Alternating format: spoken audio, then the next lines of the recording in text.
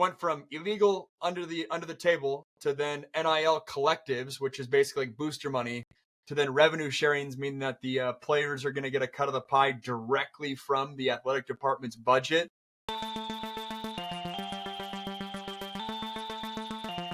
Max, welcome to the show. It's good to be here, Aaron. Thanks for having me on. Absolutely. My first and most important question is, how are you doing? Like, actually, for real, how are you doing? I appreciate that. We're filming this on a Monday, and I was at a music festival this past weekend, so it's always the shock back to the system of normal world. So I would say today's a little bit stressful, kind of catching up to all the things that fell by the wayside the 3 days I was gone. But all in all, it's good. Life's good. No complaints. And happy to be here. Are you a big music festival guy?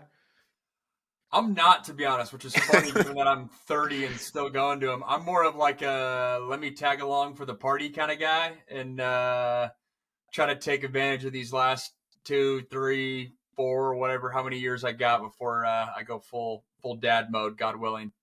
Yeah, I hear you, man. My wife is pregnant right now. We're expecting our first child in September. Nice, congrats, dude. Thank you. So I can't wait to, do all of the things that dads do with their sons, sports related, hopefully, if that's what he's into. But I was never a music festival guy. I went to a couple with my sister back in the day.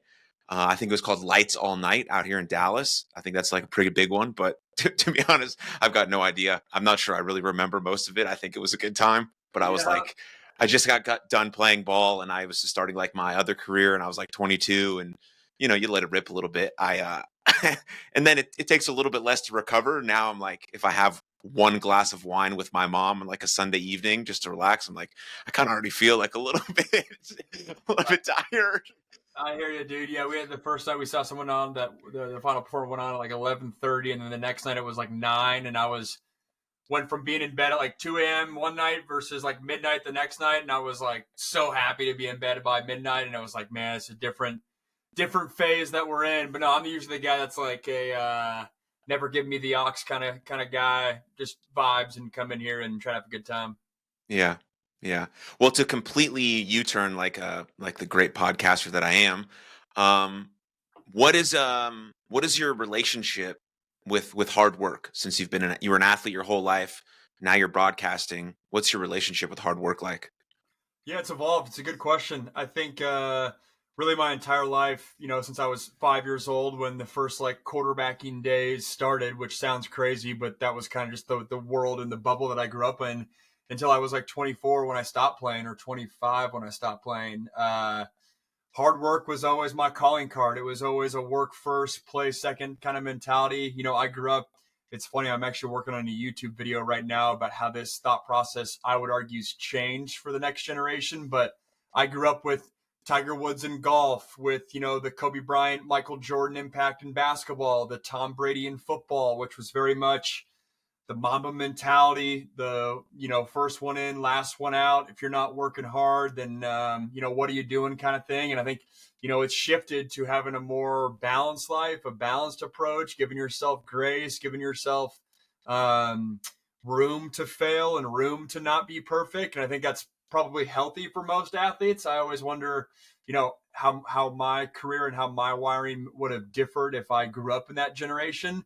But I give that context because I think I've shifted as I've gotten older of still very much a guy that prides myself on hard work, but giving myself grace to nowadays. I just turned 30 last month or 2 months ago, giving myself the grace to go to a 3-day concert and not feel guilty, to, go have fun with friends on a night rather than doing the extra couple hours of, game planning a content piece or an interview segment or whatever it might be, and not having it all be just not having the hard work is always the calling card mentality. I think oftentimes it needs to be. I think I'm very much a, discipline equals freedom type of guy. I think there's a lot of, I don't think discipline and structure need to be bad words. And I very much subscribe to that thought process. But to answer your direct question, as I've gotten older, I've probably given myself more grace to have fun and downtime and relaxation rather than it always being kind of pedal to the metal.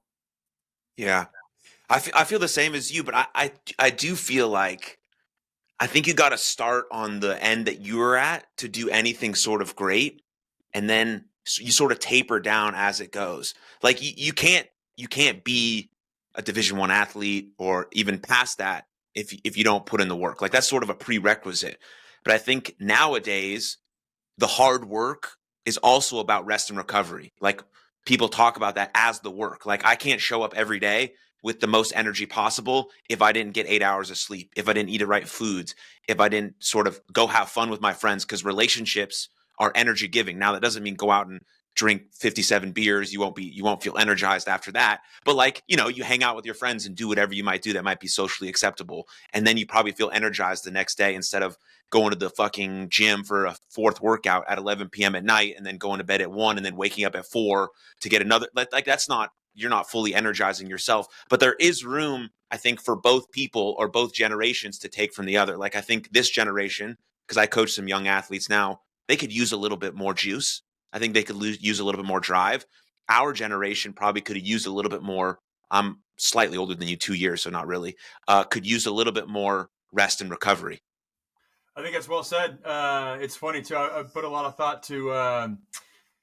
I'm enamored by the concepts of paradoxes, or the word paradox, which and it's common jargon, but basically two things that are contradictory in nature but hold truth in their own right. And I find it very fascinating to your point of like, I could listen to an hour-long podcast right now about hard work and the importance of hard work and grinding and taking advantage of every opportunity and every hour and treating every practice like a game, and that whole mindset. I think there's a lot of truth and a lot of good and a lot of success that can come out of that. And then I could turn on the very next minute, on minute 61, a podcast about giving yourself grace and relaxation and all that. And I think to me, it always comes down to, that through line of that paradox is self-awareness. That's where I always look at it of, for me, I was a kid that I was the first one in, last one out kind of mentality. So I'm probably someone that, and I don't say this to be on my high horse, but someone who could probably use more grace and whatnot. But if you're someone who grew up with giving yourself a lot of self-love, well, then maybe you are someone that needs to go more of the tough love, work ethic, that type of thing to get your ultimate goal. I think your point's spot on, and everyone's different. That's probably the beauty of humanity. Yeah, very true. I always find, like, maybe you found this now, like actually broadcasting and being a really high quality athlete is like most people who reach any sort of level, maybe you saw this in the corporate world too, that most people are that motivated or working that hard because they're running away from something. Like they don't want to be this thing, this fear of failure, this fear of rejection, rather than I'm running towards something because I love this thing. Now, I think we can reverse those, but it's hard to tell a young athlete that because they haven't experienced enough yet, and maybe they don't love the game as much yet to be running towards something. They're running away from, that one teacher who told them they're never going to amount to something. That fucking shit sticks with us forever, or whatever the case may be. But if we can, again, like you're saying, reverse that idea and be running towards something, then we're going to take that break. We're going to understand that our body feels a little bit off today. Maybe I shouldn't go as hard. Maybe I can listen to myself a little bit, or maybe I need to just have a conversation with a friend about what's going on so I can get this off my chest, so I can have a clear head, so I can perform better in whatever sort of domain I live in. But I mean, I found most athletes are, the chip on their shoulder is that they're running away from something. And that's a extremely, extremely like great motivator. Like that's going to kick you in the ass almost every single second you get. I mean, I remember if I'm in college and I go 0 for 4 to 4 strikeouts, I'm not going back to my dorm room. I'm going to the batting cages because I suck. Yeah. Was that helpful? Yes and no. Like you're saying, it's a paradox. It probably was helpful because I got my swing figured out, but it wasn't helpful because I should have just went to bed and got some sleep and then woke up a little extra early in the morning, talked to my coach, looked at some tape, potentially asked my friends what they saw about my swing, and then try to go figure it out. But who knows? I don't know. I think it's a good point. And yeah, I mean, so much of it comes down to, like I was saying, the self-awareness of it. And I feel like for me, when just kind of hearing you say that and looking back on my career, the guys that were running away from something, yes, they may have had the athletic success, but it's a ticking time bomb until, whether it's, hey, their sport ends, even if they had all the success in the world, their sport ends. And it's more of a, identity crisis, or they don't know how to grapple with life when that sport or that challenge or that thing that they're running away from no longer exists. Versus if you're someone who's, it's more of a positive thing, you're running towards something. In my experience, I'd argue that those guys transition better out of the athletic phase and into the next chapter, the next pursuit, because it's not necessarily about, hey, I'm running away from that coach in youth football that said I sucked. So then at 36, when I'm playing in the NFL and it's all done, well, now where do I go when football is no longer a thing? I think there can be a sense of emptiness. But if you're running towards, hey, a drive, a passion, being your best self, that kind of thing, I'd argue that applies whether you're an NFL quarterback, whether you're running a business, whether you're a lawyer, whether you're a real estate broker, whether you're trying to be the best dad, the best husband. I think that mentality is healthy and more transferable is probably the best way to say it, when you're running towards something rather than away from something. Yeah. I mean, you got prime examples like Tiger Woods, Tom Brady. I don't know, maybe there's an underlying issue with Tiger Woods about why he did the things that he did, but Tom Brady seemed more like he was more interested in playing in more seasons of football than trying to maybe repair his marriage or his kids. Again, don't know, don't live with Tom, not an expert on Tom Brady's personal life, but from an outsider's view, that's what it looks like. And I guess if that's what you're willing to sacrifice, then maybe he made a fair trade for himself. But for me, and I imagine for you, you're a married man as well, wanting to have kids. Like that's probably the most important thing that we got going on, and everything else is like trying to support that. The idea of building a loving family where I have something to share. Like if I reach the top of the mountain and whatever I reach, like become I don't know, a cool podcaster where people like, at least I have someone to share with. Like my wife's like, cool, that's nice that people listen to your episode. But like, are you going to be here for dinner? Like, we got stuff going on for our kids. Like that stuff is like more important. She's like proud, but it's still like not as important as like anything else. Totally. And I mean, I've had that conversation about the Tom Brady angle too, and obviously neither of us are in his marriage or whatnot. But I will say that, like, to take the opposite side of you, just for the spirit of this pod, like, Tom is a guy that, hey, in terms of transitioning and like, hey, he seems like he's done it seamlessly outside of his marriage. I know that, but like, I know the roast is something that he regrets, but even just the fact that he was someone who could do that, the fact that he's got the Noble and the business partnerships, he's got the different like productions, he's got the health and wellness stuff. He's now an owner for the Raiders. He's now the Fox #1 broadcaster. Like, he reminds me of a guy that it's not necessarily just about the Super Bowl wins. It's about competing in multiple facets of life. And like, that's who he is. And it's interesting because I'm going to contradict myself here, but I wouldn't be surprised if, it started Tom's career as like, hey, he was running away from, the Michigan coach that told him maybe he sucked. And then maybe it evolved in the back end of his career of like, hey, no, I'm just trying to be the best Tom that I can be in every facet of life. And from my seat, it seems like he's transitioned pretty seamlessly. So maybe, that mindset of now running towards being his best self is helping him. I don't know. Yeah, that's a very, very good point. There's this Tom Brady insight that I learned maybe like a year and a half ago. He was in an interview. I don't know who's doing the interview, and someone asked him, Tom, did you ever think about like specifically becoming the greatest quarterback of all time? And he goes, no, my only goal every single day was to be the best at getting better. And I was like, oh, light bulb moment. Like that's totally in your control. I don't think about anything else. And that's probably actually true for him based on the stuff you just said. Like he just wants to get better every single day. I tell almost every single athlete that I coach, like if that's Tom Brady's mentality, why can't that be our mentality? Now, it's of course, there's always going to be external outcomes, and sports are all about results. But if you only focus on those results, it tends to get harder to like play loose and play creative and play fun, which is really the whole reason we play sports. But at some point, it turns into feeling like a job, which obviously and things happen, and I don't know, just feels like not as fun anymore. Potentially, I think that's why a lot of young kids don't want to play sports anymore. Totally. I think one thing that I'm guilty of, and it's honestly good for me to hear you say that, because right now it's my first off season of being a full-time content creator. And, I have this whole pot of newfound time that I didn't have a year ago when I had my day job. And it's so easy to kind of be like, hey, I want to build this, content empire and do this on short form, this on long form, and leverage this to get that and all that. And you open up your phone and I'm seeing a bunch of my peers, whether they're in different sports or whatever, or guys that have been at the business for 30 years that are, where I want to be in the media space. And it's so easy when you're consuming their content to just be like, man, I wish I had that, and kind of compare yourself, and you kind of lose track of, how many years and hours. And yes, I might be able to say a similar take as them, but they've been at this for years, and, they've had their multiple pivots. And you just find this social media culture of, it's easy to compare your life, not just from like an events and what are they doing on this weekend, but like, hey, from a media perspective, like what they're able to accomplish, what they've built, what they have.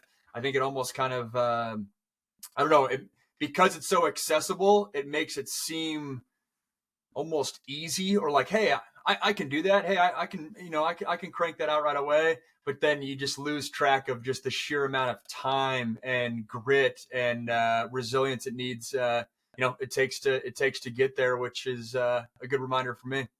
Yeah. When did you make that decision to go full-time content creation?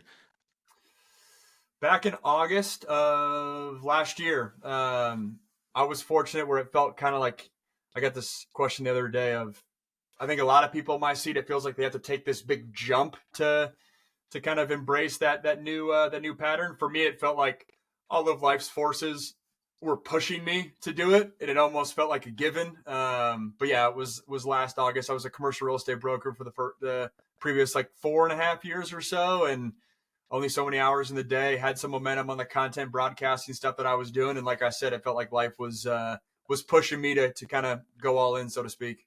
Yeah. How's it going so far? It's going good. Yeah, to a point now where able to financially support myself, which is sometimes the the item that gets lost in the shuffle a little bit. But no, it's great. I mean, for 4 or 5 years, I had kind of been dabbling in two different pots, right? Being a commercial real estate broker during my day job, and then dabbling with sports content here and there, and enough to kind of say I was doing both. But when you focus on a singular lane, I think that's where a compounding effect can build, where you're able to be more creative, and the posts that you might have not had enough time to make in a previous phase, you do make, and then that's maybe the fringe post that leads to another opportunity that you wouldn't have got a year ago.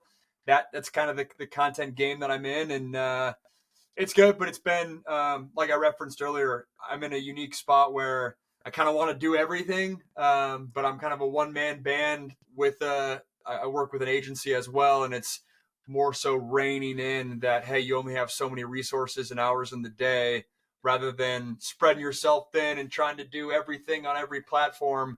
What are kind of the 2 or 3 pillars that I can stick to, deliver high quality things on, to keep building, is kind of my mindset. And are you sticking with sort of football sports niche, or are you trying to branch into other areas?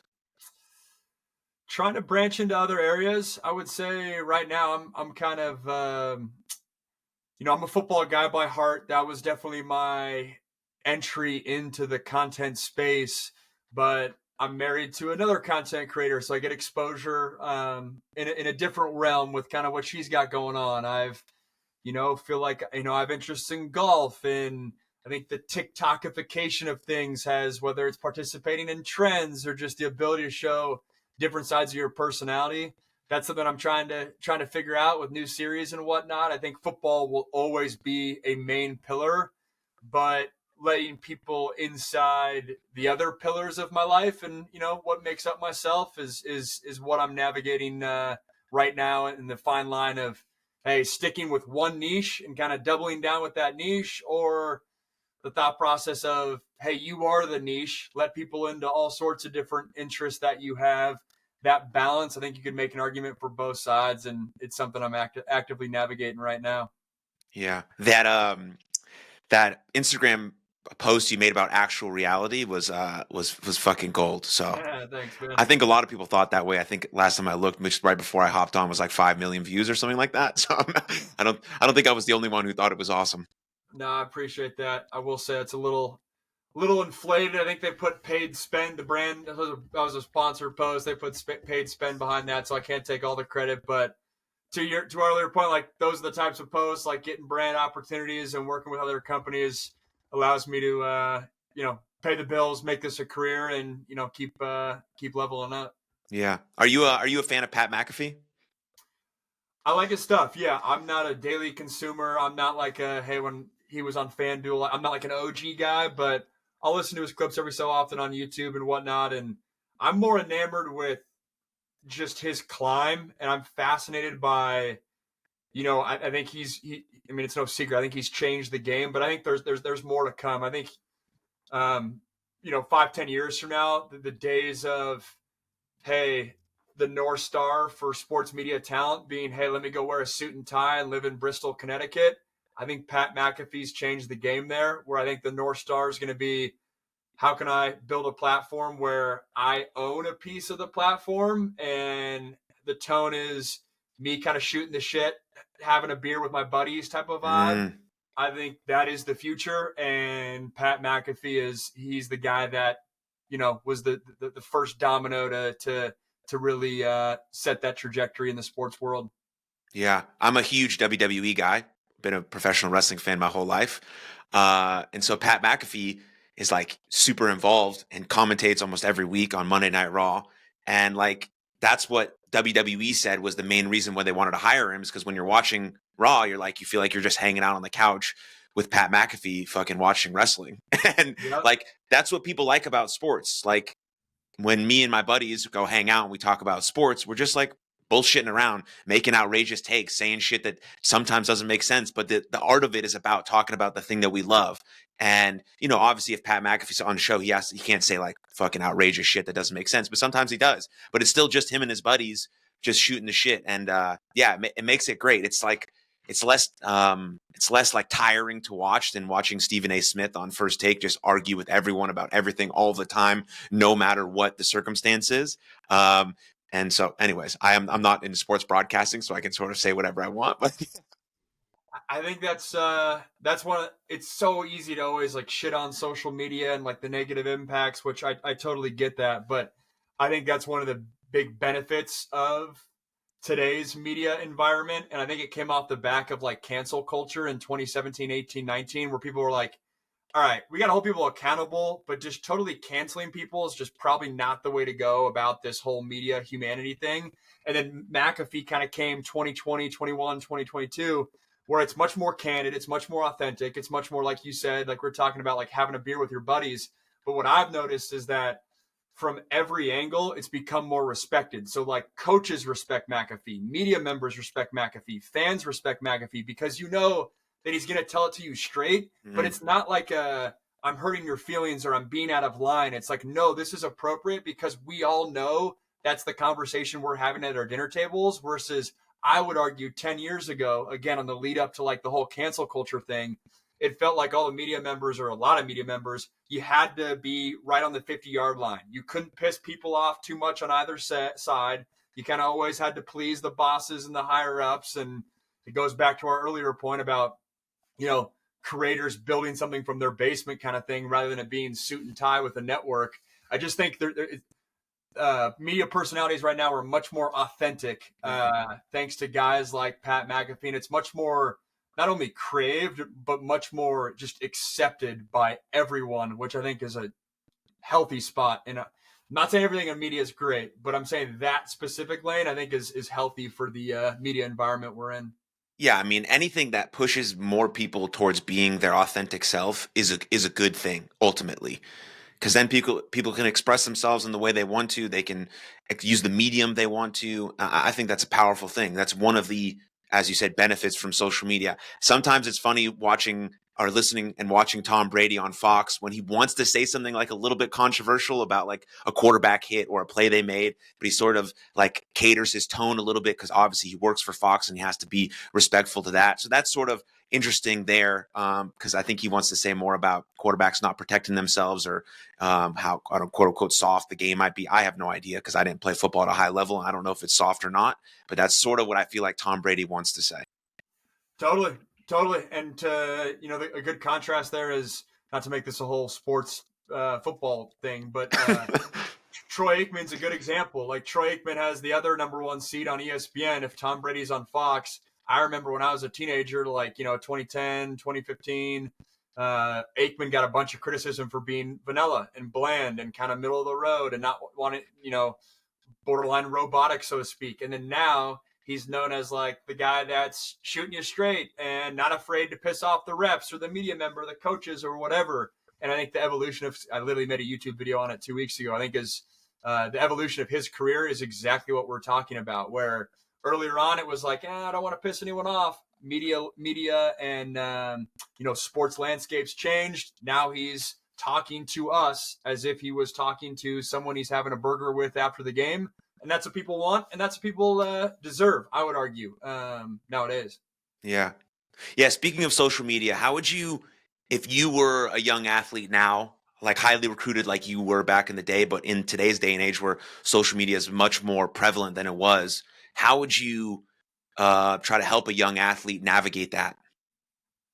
Yeah, I would start by just not viewing social media as the enemy or like the thing that can get you in trouble and all that. And obviously, you got to be aware of things, and obviously, you can't post stupid stuff, and that's a given.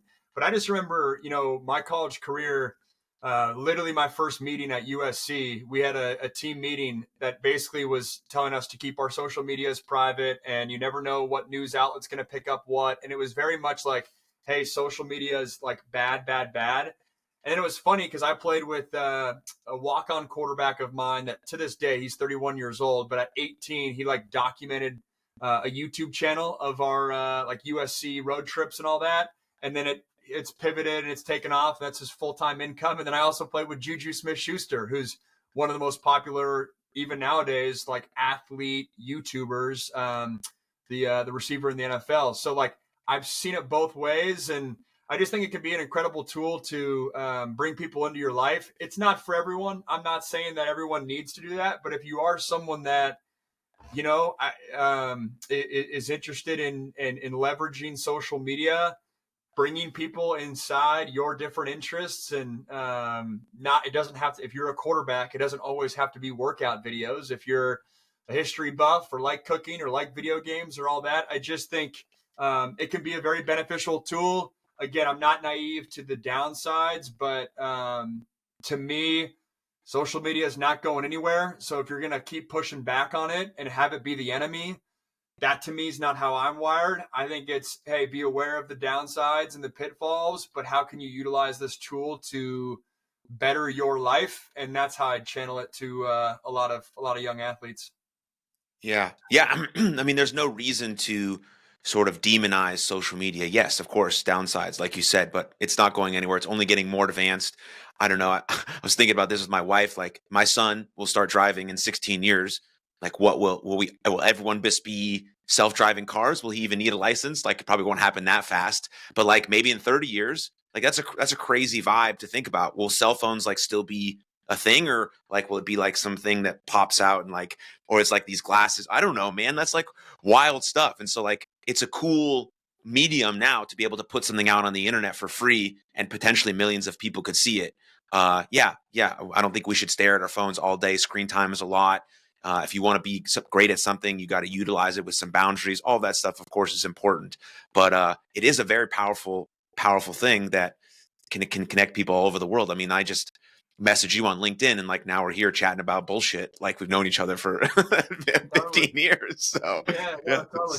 Yeah, no, I look back and in the grand scheme of things, I'm a relatively random college quarterback in the grand scheme of things. Like I'm, proud of what I did and where I played, but there's always another quarterback. There's always another, scholarship guy. But I've been fortunate to leverage social media to kind of build a life where, I have broadcasting opportunities and all that. And again, if you're not into content and you don't want to live in the media space, then, tune out what I'm saying and go do your thing. But I just know I get a lot of, DMs and questions from aspiring athletes. It's like, hey, what's your 2 cents? What's your advice? Hey, I want to do X, Y, Z. And there's just a lot of opportunity out there. Again, especially if you're trying to go down the broadcasting space that I'm in. And it's easy to view social media as the enemy, but it can do a lot of good as well. Yeah. What's your take right now on sort of the direction of college sports, more specifically maybe college football? Yeah, the timing of that's interesting too. We're filming this on a Monday after a lot of drama with Tennessee's quarterback who basically backing out, or basically was dismissed from the team over an NIL, name, image, and likeness dispute, wanting more money, already getting paid a lot of money, but he thinks his market value is even better, and he's been dismissed from the team, which is crazy. I don't think college football is going anywhere. I think the fan bases are too structured, but the lack of or too ingrained. The lack of structure in college football is a problem, obviously. Where I'm at though, and where I get frustrated is, we're going on like 3 or 4 years of this same frustration, and the common talking point is like, oh well, I'm not smart enough to come up with the answers, and we need contracts, and we need a collective bargaining agreement, and we need all that. And everyone's saying that, but no one has the answers of actually how to implement it. And I think it'll probably take another 3, 5, 7 years for something in the SEC or the Big Ten, which are the two big conferences that are driving the show and have all the money, if their system gets uprooted. So a la a quarterback backing out before a playoff game, or a quarterback backing out before a main, primetime matchup. And then now fans, media members, coaches are all up in arms, or a whole offensive line backing out over an NIL dispute because of the lack of contracts. Like, you need some major event like that to wake up the people that have the most money. And to me, we're getting there. This Tennessee quarterback news that I referenced is a step in that way. Don't get me wrong, but I think it's only a matter of time before something like that happens mid-season multiple times, and some outside entities got to come in and again establish a commissioner, contracts, collective bargaining agreement, all the things that you see across other professional sports. It's got to come to college football to kind of bring some structure to the game. Has this kind of money always been being thrown around, or it was just under the table before? Or is this like just an absurd amount of money that's now being tossed around between these players?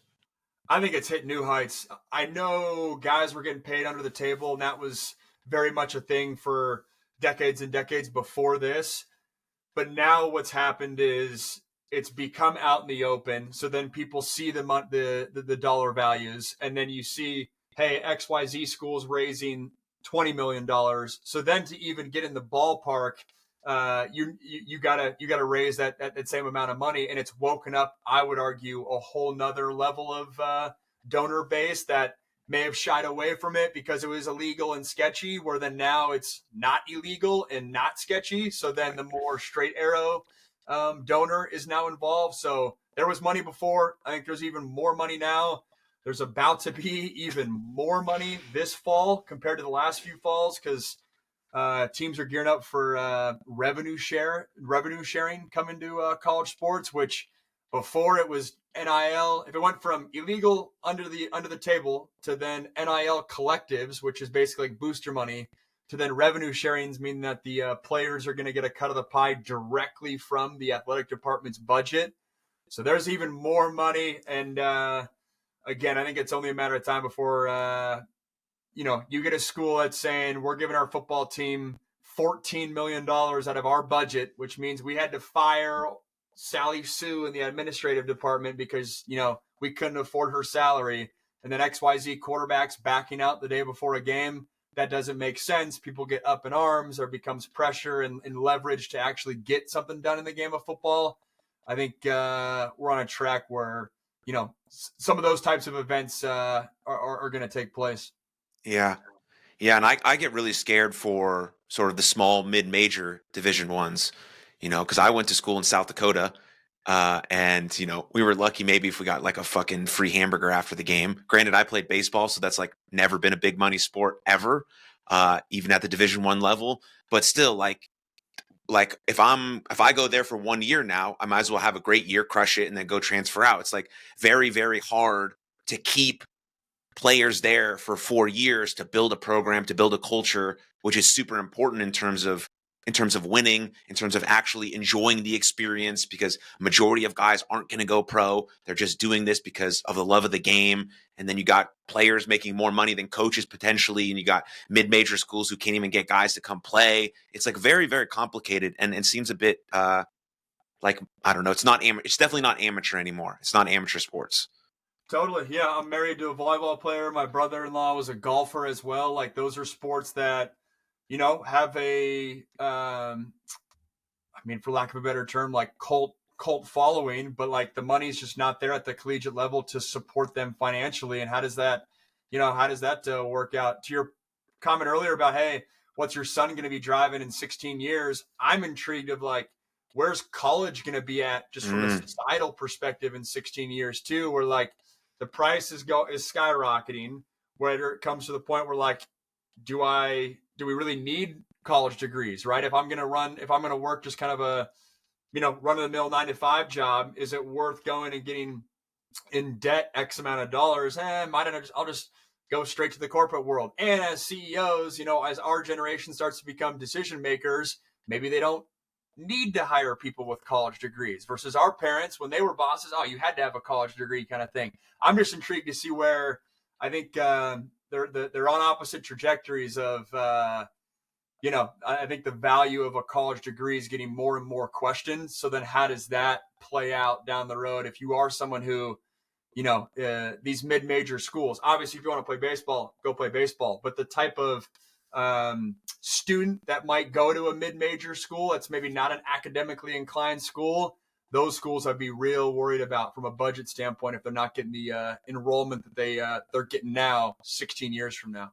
Yeah, that's a really good point because you can get kids to come to your school based on what they might get out of it outside of just playing the sport.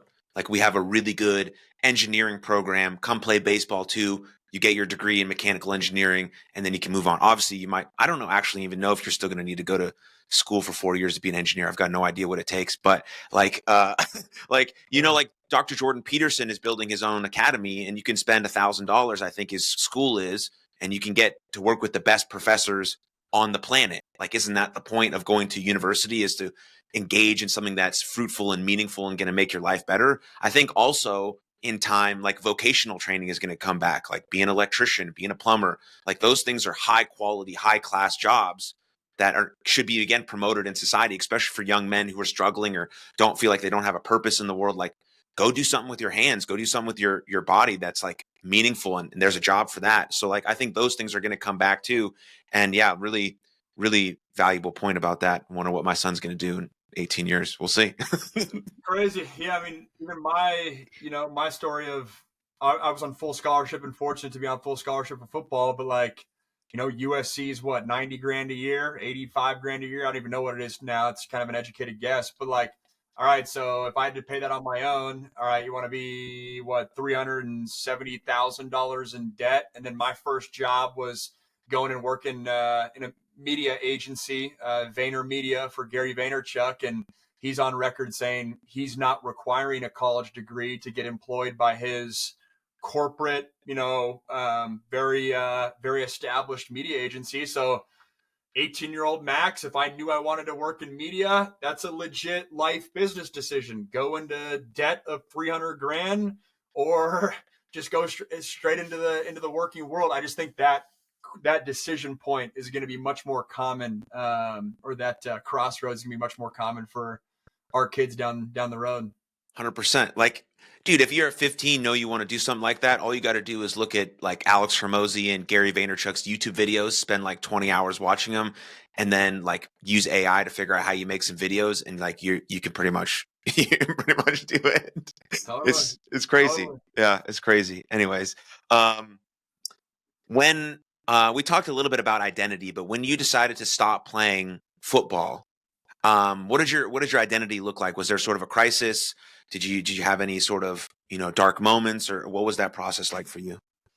Yeah, I always struggle with the word crisis just because it feels, it just feels super intense. But whatever one notch below that is, I definitely fell into that bucket. I mean, ever since I was 5 years old, in my brain, in my world, in my bubble, I was quarterback max until I hung up the cleats at 24. So even as a guy who, I'd like to think my parents raised me to know that, football is not going to last forever. I was a guy that took care of business in the classroom. I was a guy that, had interests outside of football. Even with that, that transition was tough. And especially for a guy like me, I had tons of expectations going into college, expectations to be the next great NFL quarterback kind of thing. So, when that doesn't work out, that adds to the identity crisis of, my entire life, I was supposed to be the guy that made it. In my mind, we can debate what making it is, but in my mind, I didn't make it. Transitioning off of that it was difficult. And I think in my brain, I told myself, hey, this is natural. Give yourself time. This is part of life. These things happen. You're not a failure kind of thing.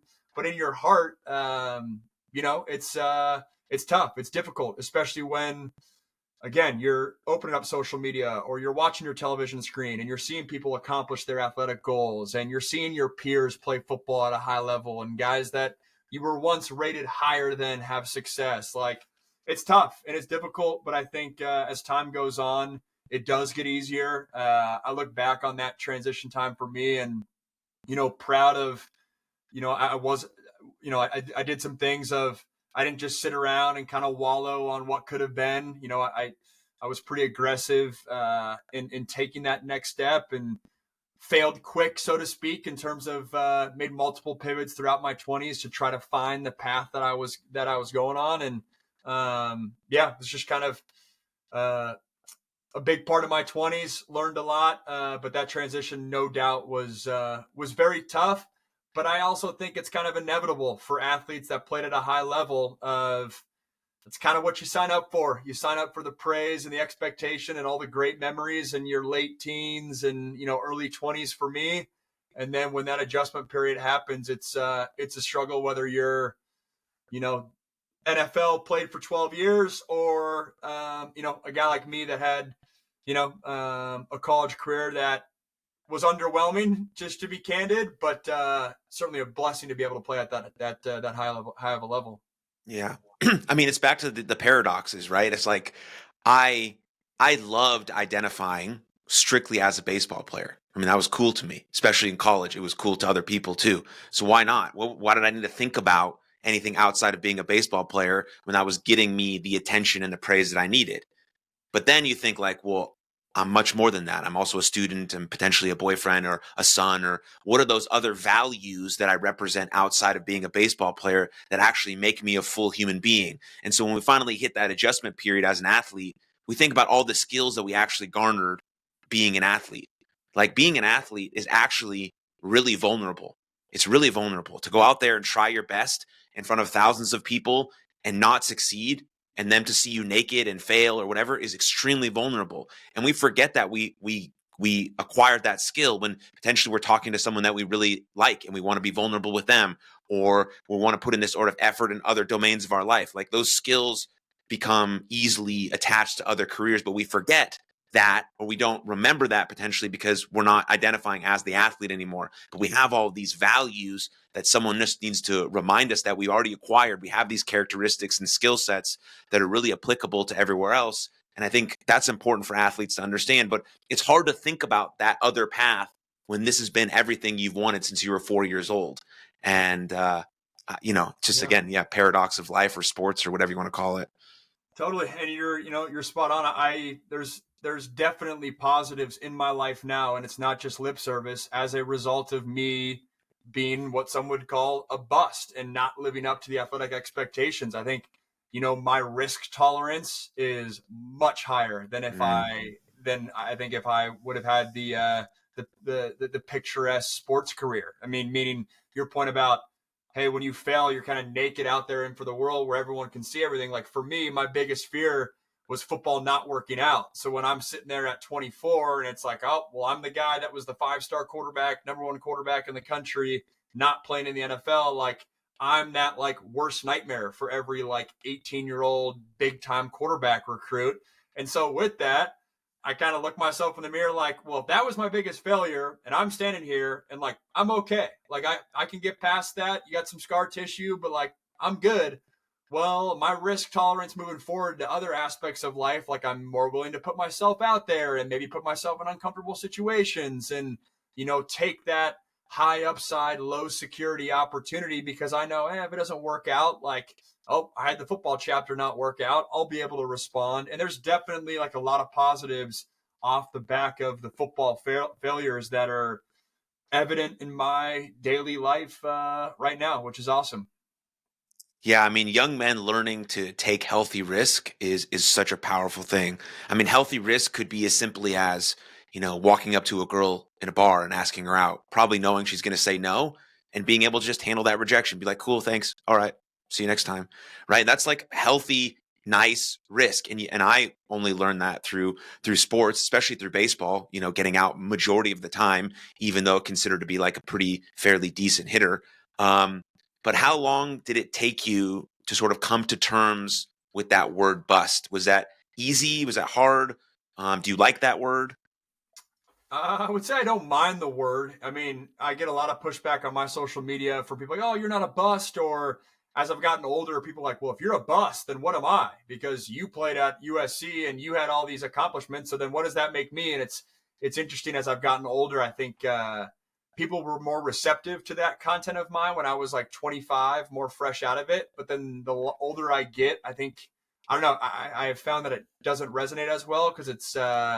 I think when people, get older and they're seeing you maybe adjust to the next phase of life, and it's like, oh, well, if you're a bust, exactly, like, what am I kind of thing? I don't know. It's just interesting, but I never struggle with the word. I think I'm kind of indifferent on the word. It's very matter of fact. I mean, to me, it's kind of what you sign up for as a big time quarterback. Like, for every kid that makes it, there's another kid that doesn't make it. But it probably took me, a good 3 years to really feel at ease with just how things played out. Like I'm still frustrated, and the competitor in you wishes things had gone differently. But for me, and I think it's the blessing of being a football player and not a baseball player or a golfer, so to speak. We're like at 3 years out of playing. So when I'm 27 or so, the reality is even the guys of my peers that made it, they're kind of on their way out. Mm, NFL not for long. So I would say 3 years for me. I think it might have changed if I played a different sport, but that was the timeline. I also think it kind of aligned with, it probably took me 36 months to feel confident about the career path that I was on in general, and I think that helped turn the page. But yeah, it's a multi-year process for sure. mm. You mentioned risk taking. Was there any other major lessons you learned from that experience of quote unquote being a bust? Yeah, let's see here. Risk tolerance. What other ones I would say? I mean, you mentioned earlier being more vulnerable. I'd like to think I'm more gritty as a result, which I think grit's a super strong word to live your life with. Um, yeah, I mean that the resilience one, and I mean whether it's risk tolerance or chasing opportunities with upside or trusting yourself that you'll be able to kind of reinvent yourself. All that's in one bucket. I'd say that's really the one that sticks out to me. Yeah. And what's having like a supportive partner in your corner, like your wife? How's that helped you?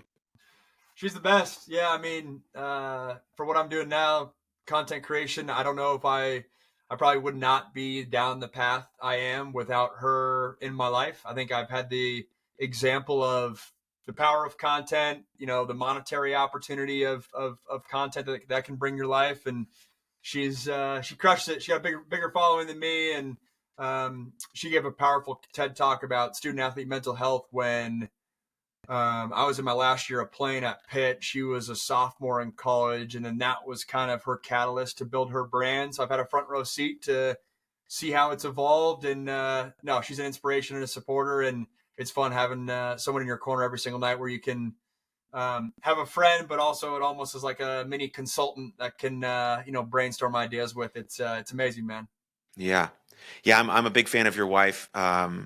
Mostly because of mental health is also extremely important to me, and so I appreciate the work that she does with her organization. And I think it gets lost in the shuffle a little bit, athletes' mental health, because we just assume that we're working on all of these things and we're working towards something, but very very few people don't realize sort of the dark side of athletics.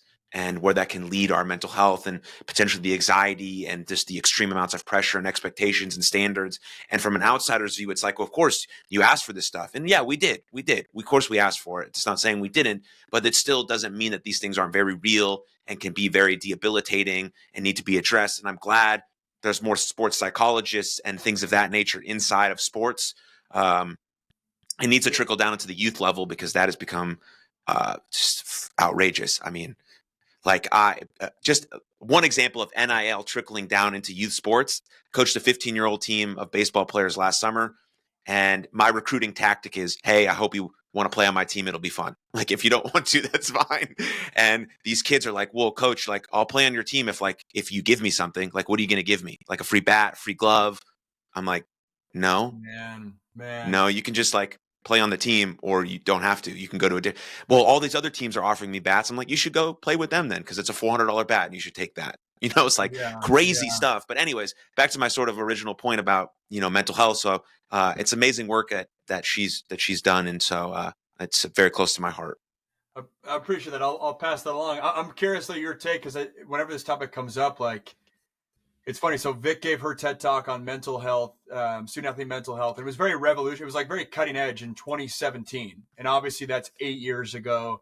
That was in the time. 2017 was when like DeMar DeRozan and Kevin Love came out. Kevin Love had the panic attack on the sidelines of the Cavs, and I feel like we're at an interesting point now where, like, when you say that, right? Like, oh, I'm a big mental health proponent. Like, nowadays, I would argue every mainstream coach is like in agreement with that. Like, no one's like, oh yeah, I'm not a mental health guy, or like they're like, oh no, it's just that's not a thing. Like I think in 2017 there was an educational exercise. In 2025, I feel like we're in this interesting point where there's much more awareness around it. I don't know, because I'm not in the trenches of like whether that stigma still exists of like, hey coach, I have a mental health situation going on. I'm just curious kind of how you see the next step of like the mental health evolution in sports to actually take kind of the next step of creating change, if we have, I think, done a lot of positive the past 7 years with eliminating the stigma. Yeah, we got to get away from mental health awareness. That's a bad slogan now because we're aware. It needs to turn into sort of like a sexier branding of mental health action. What are the action steps that I can do every single day to make sure I'm taking care of my mental health? And then I think the part of that action is that making sure people don't look at mental health as the dark cloud. It's like, no, we're taking care of our mental health because we want to think and feel and act our best. Of course, we have a separate bucket of mental health illnesses, which are totally different than treating your everyday sort of mental health struggles of maybe being anxious or feeling those sorts of things. But that's what we need to move to, this idea that, yes, we're aware, everyone's aware. If they're not, maybe there's a certain sect of the community or society that isn't. Cool, we'll figure those people out. But mostly, it needs to be action now. What are the daily steps I can do? What are the habits, the protocols, the things that I can add into my life that when I start to feel this way, I know I can do these things specifically. I have these tools, these protocols. I do them all the time. And that leads into mental wellness, leads into mental skills and mindset, and all these things that sort of make a fully fledged human being. At least that's, I think, the direction we should go. I love that. I'm going to steal that, mental health action. Yeah, I just think we're in a really fascinating time period in sports with what you just talked about right there, of kind of the 2017, 2025 trajectory, mental health awareness to mental health action, but then also, again, kind of a new era of superstar across sports coming up where, again, if I grew up with Tiger Woods, Kobe, Michael Jordan, Tom Brady, the much more rigid, hard, you either win. The my honest opinion there is the mental health was kind of weakness. There was like an undertone of that to a more new age balanced athlete. I think it's you're just a fascinating kind of era we're in across all sports. Yeah, it's really fascinating. And hopefully it just ends up helping people flourish on the field. Cool. Yeah. But mostly off the field, where we're not, foreclosing our relationships or reaching the top of the mountain by ourselves. We have people to share it with. And, I like the Luka Doncic thing the other night when he came back to Dallas and he was just crying. Like, that's just pure real emotion about someone loving a city and a situation not working out. And then he went out and scored like 35 points in the first half because he's a stud. But that's important. He's expressing that. And maybe back in the day, 20 years ago, some of these hardos would be like, yeah, that shit's fucking lame. And why is he crying on the court? I'm like, Yeah. dude, he still put up 35 points. Like, I think his basketball was fine. He was just feeling his emotions in the moment of being back in a city that he loves. He bought a house here, like, I don't know, 30 minutes down from where I live. Like he wants to be here, and it just didn't work out that way. And, maybe he'll win a championship. I think that would be cool. But since I'm a Luka fan, but anyways, so I think it's a good thing. And if we can keep moving in that direction with action oriented items, then we'll be able to handle some of these things that life is going to throw at us. I like that. Yeah. If Luka the other night hit you that way, Rory's post-game Masters interview hit me he was transparent about how nervous he was. Again, I feel like I grew up in an era where if you as an athlete said that you were incredibly nervous before your tee shot and crippling nerves kind of thing, that would have been weakness. And in a good way, I think we're getting out of that mentality, which is awesome. Guys like Luka crying, Rory being more thoughtful. I think Scotty Scheffler, not to bring up golf references all day long, but I think his balance and his grounding is a great example. It's hopefully a lot of positive role models for the next generation. Hopefully, yeah, man. Anything I didn't hit? Anything you want to mention that seems important that I didn't ask you? No, this was fun. Yeah, no, it was a good free-flowing combo. I think you touched on a bunch of good points. No, thanks for having me on, man. Yeah, any place specific people should go if they want to just check out everything you got going on? I'm on all the major platforms. I'd say my new initiative, I'm posting a lot more on YouTube long form, just Max Browne with an E at the end. Everything from high-level football stuff to more, philosophical changes in mentality, or even all sorts of different sports and sports-adjacent videos. Go check out my stuff over there. Fantastic. Yeah, linked in the show notes below. But Max, thank you, man. I appreciate you very much. For sure. Thanks, Aaron. Thank you very much for tuning into that episode. And if you enjoyed it, click right here for another full-length episode of the podcast. And please don't forget to subscribe. But most importantly, above all else, please take good care of yourselves and others. And I'll see you next time. Lots of love. Cheers.